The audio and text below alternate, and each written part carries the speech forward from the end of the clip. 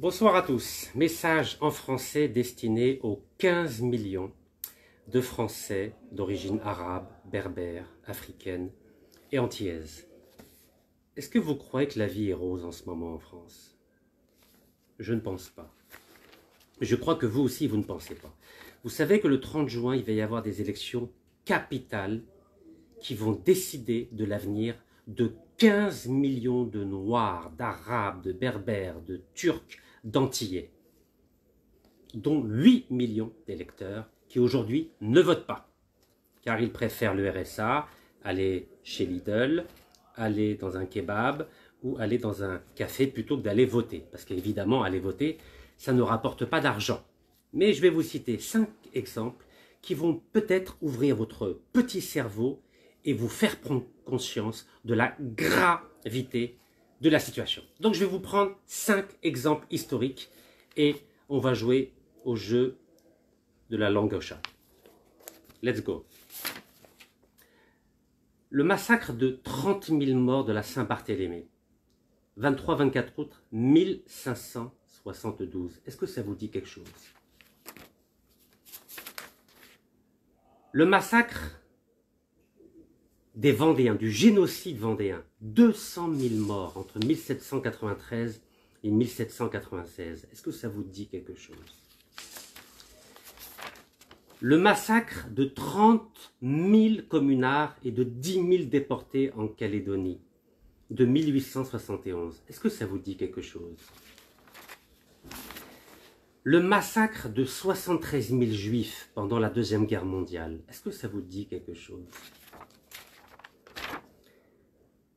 La mise dans des camps de concentration en Algérie de 2 millions de personnes, c'est-à-dire 25% de la population. Est-ce que ça vous dit quelque chose?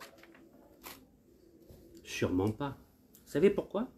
Ce que je viens de vous dire, vous ne l'apprenez ni à la caisse d'allocation familiale, quand vous allez récupérer votre chômage ou votre RSA, ni dans un café, ni dans un kebab, ni dans un stade de football. Et je sais que vous adorez ces 4 endroits-là. Parce que ces 4 endroits-là, ou bien vous rapportent de l'argent, ou bien vous distraient. Parce que vous avez l'impression que la vie, elle est rose, comme ce tableau qui est derrière moi. Vous savez, c'est 5 événements tragiques. Vous savez où ils se sont déroulés? Ou qui est l'auteur de ces 5 événements tragiques? C'est l'État français. Je ne dis pas la France. C'est l'État français. Car pendant la période royaliste, c'est-à-dire avant 1789, vous savez que la France, les catholiques, massacraient les protestants. Et c'est la Saint-Barthélemy. Les catholiques, avec Catherine de Médicis, suivez-moi du regard, Catherine de Médicis, Marie de Le Pen, a convaincu son fils Charles IX, le roi Charles IX, de massacrer 30 000 protestants. Le Pen, Bardella, Catherine de Médicis, Charles IX. Cogitez un petit peu, s'il vous plaît, parce qu'au bout d'un moment, on en a marre de parler des incultes.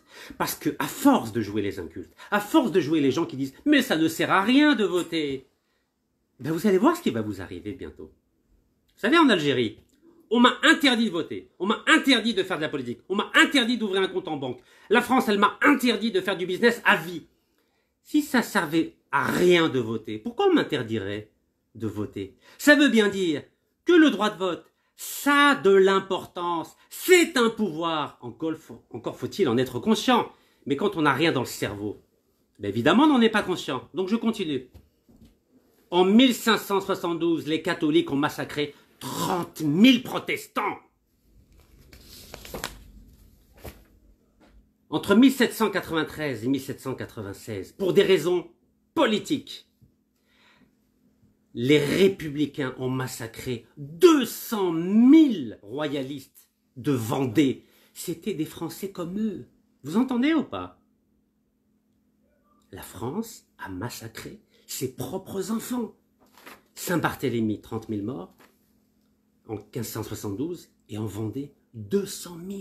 La France a massacré ses enfants, ses petits-enfants, ses femmes, ses vieillards, ses bébés. Vous entendez ou pas? L'État français républicain a massacré 200 000 Français aux yeux bleus, aux yeux verts, bruns, blonds. Voilà de quoi est capable l'État français. quand il se fâche.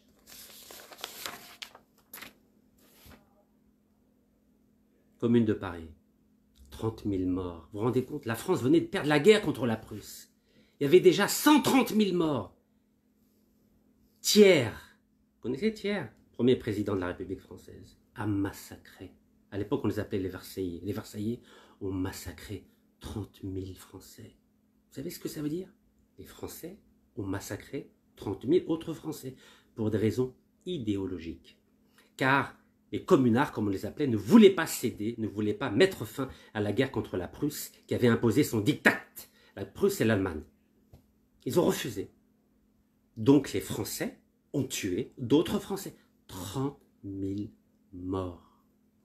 Et déporté 10 000 personnes en Nouvelle-Calédonie avec les Algériens qui s'étaient révoltés en février et avril 1871, notamment la fameuse révolte d'El-Mokrani. Et parmi ces déportés, il y avait une grande intellectuelle française qui s'appelle Louise Michel et qui enseignait le français aux pauvres Algériens. 1940-1945, l'État français, Pétain, a massacré, envoyé dans les chambres à gaz, 73 000 juifs français, yeux bleus, yeux verts, bruns, blonds. Ça, c'est l'État français. Quand il se fâche, il est capable de tout. Enfin, l'État français, entre 1954 et 1962, a regroupé dans des camps de concentration 25% de la population algérienne, suivez-moi du regard, 25% de la population algérienne a été regroupée dans des camps d'internement et de concentration en Algérie. C'est 2 millions de personnes. Donc si vous croyez que l'État français, aux mains de l'extrême droite, va se priver de regrouper 8 millions ou 15 millions de Noirs, d'Arabes, de Berbères ou de Turcs, mais vous vous trompez totalement. Il n'aura aucun problème, car l'histoire de France, et vous pouvez vérifier tout ça, elle est riche en massacres, en génocides, que ce soit pour des raisons religieuses, ethniques, idéologiques ou politiques. L'État français, quand il est entre de mauvaises mains, comme celle de l'extrême droite, si l'extrême droite gagne le 30 juin et le 7 juillet prochain, ou bien lorsque l'extrême droite gagnera en mai 2027, il se fera un malin plaisir de vous mettre dans des camps, de vous expulser ou de vous massacrer.